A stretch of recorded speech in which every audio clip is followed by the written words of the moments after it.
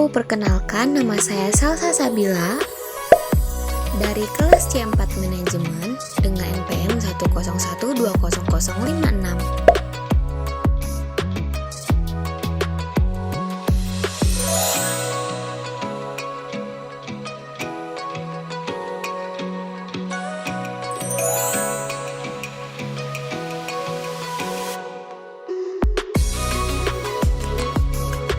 Kata ma'rifah berasal dari kata arafa ya'rifu ma'rifah yang berarti mengenal. Dalam artian, usaha manusia untuk mengenal Allah baik wujud maupun sifat-sifatnya. Terdapat dalam Quran surat Al-Jasiyah, "Falillahil hamdu rabbis samawati wa rabbil ardi rabbil alamin." Yang artinya, maka bagi Allah lah segala puji, Tuhan langit dan Tuhan bumi, Tuhan semesta alam. Quran Surat Al-Jasiyah ayat 36.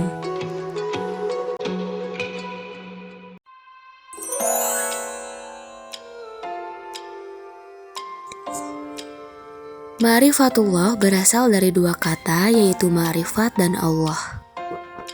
Menurut Imam Al-Ghazali, ma'rifat adalah pengetahuan yang tidak menerima keraguan terhadap zat dan sifat Allah. Imam Al-Ghazali pun memberikan kesimpulan bahwa ma'rifat adalah mengetahui akan rahasia-rahasia Allah dan mengetahui peraturan tentang segala yang ada. Melalui ayat-ayat Allah terdapat dua ayat, yaitu ayat qauliyah dan ayat kauniyah, yang dimana terdapat Quran Surat At-Tin ayat 1-5 di dalam ayat qauliyah dan Quran Surat Fussilat ayat 53 dalam ayat kauniyah. Dalam materi kedua ini terdapat 3 metode selain Islam, yaitu 1. Dugaan dan hawa nafsu, 2. Ragu-ragu, dan 3. Berakibat kufur.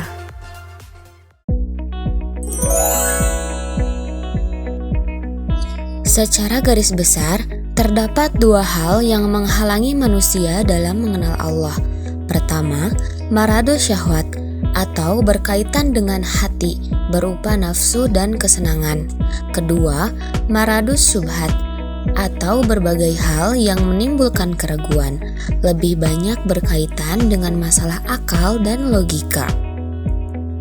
Yang pertama, maradus syahwat atau yang bisa disebut dengan penyakit syahwat, sekurang-kurangnya ada 5, yaitu 1. Kefasikan, 2. Kesombongan, 3. Kezaliman, 4. Kedustaan, 5. Banyak melakukan perbuatan maksiat. Yang kedua, maradu asyubhah. Pertama, kejahilan atau kebodohan, yakni tidak mau memikirkan ayat-ayat Allah Ta'ala, baik ayat-ayat qauliyah yang tersurat dalam Al-Quran maupun ayat-ayat kauniyah yang tersirat di seluruh penjuru alam semesta. Inilah yang menyebabkan terhalangnya manusia dalam mengenal Allah Ta'ala.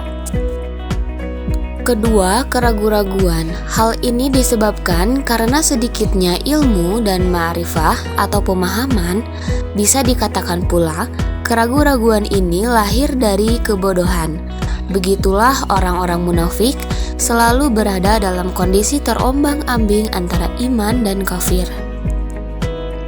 Dan yang ketiga adalah penyimpangan. Manakala manusia tidak mau berpegang teguh kepada petunjuk Allah Ta'ala, tidak mau berkomitmen melaksanakan tuntunannya, bahkan mereka malah mengikuti hawa nafsu dan akal pikirannya, maka pada saat itulah hatinya akan keras membatu, terhijablah petunjuk Allah Ta'ala baginya. Ia pun melangkah semakin jauh dari jalan yang lurus, sehingga tak mampu mengenal Allah Ta'ala dengan benar. Dan yang terakhir adalah kelalaian. Dalam poin pertama, telah disebutkan bahwa jika manusia tidak menggunakan potensi dirinya untuk memahami ayat-ayat Allah Ta'ala, maka mereka akan terhalang dalam mengenalnya. Hal ini karena kebodohan mereka itu membuat mereka lalai atau lengah. Mereka hanya mengetahui yang lahir saja dari kehidupan dunia, sedang mereka tentang kehidupan akhirat adalah lalai. Quran Surat Ar-Rum ayat 7.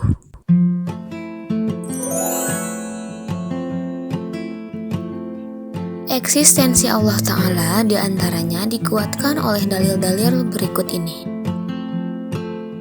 Secara bahasa, fitrah artinya al-khilqah, yaitu keadaan asal ketika seorang manusia diciptakan oleh Allah.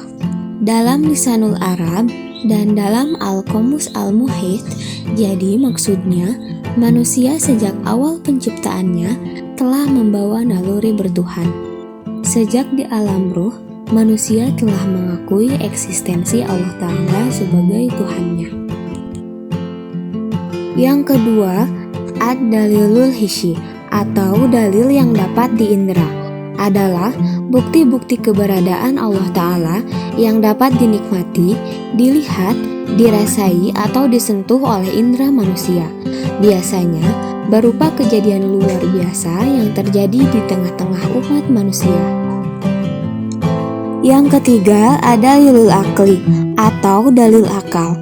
Jika kita menggunakan akal kita untuk memperhatikan berbagai fenomena di alam semesta ini, akan sampailah kita pada suatu kesimpulan bahwa semua fenomena yang ada itu membuktikan bahwa Allah yang Maha Kuasa itu ada.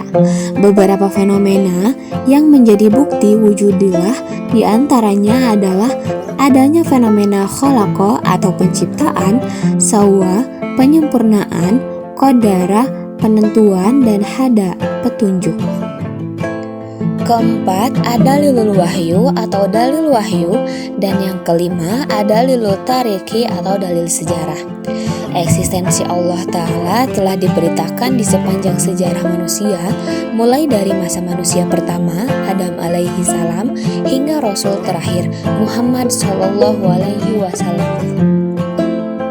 Seluruh dalil-dalil ini, jika kita kaji dan kita dalami, akan membimbing kita pada al-ma'rifatu bi'azamatillah atau pengetahuan dan pengenalan pada keagungan Allah Ta'ala, yang akan mengokohkan sikap tauhidullahi wahdah atau mengesahkan Allah semata.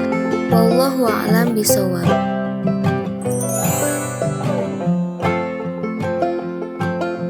Allah Ta'ala adalah Tuhan kita, tidak ada sesembahan selain Dia. Dalam Quran Surat At-Toha ayat 14 yang artinya, sesungguhnya aku ini adalah Allah, tidak ada Tuhan yang hak selain aku, maka sembahlah aku dan dirikanlah sholat untuk mengingat aku. Tauhidullah di dalam ajaran Islam mencakup tauhidul rububiyah, tauhidul mulkiyah, dan tauhidul uluhiyah. Tauhidul rububiyah yang artinya mengesahkan rububiyatullah, yakni mengakui dan meyakini Allah Ta'ala sebagai satu-satunya Rob. Dialah Khaliqan atau pencipta, Razikon atau pemberi rizki, dan Malikan atau pemilik. Allah Ta'ala adalah Khaliqan, artinya Dia adalah satu-satunya pencipta segala sesuatu yang ada di langit dan di bumi. Tauhidul mulkiyah artinya mengesahkan mulkiyatullah. Dialah walian, pemimpin atau pelindung, dan hakiman yang berarti menetapkan aturan dan hukum. Allah adalah walian, artinya Dia adalah satu-satunya pemimpin dan pelindung yang hakiki.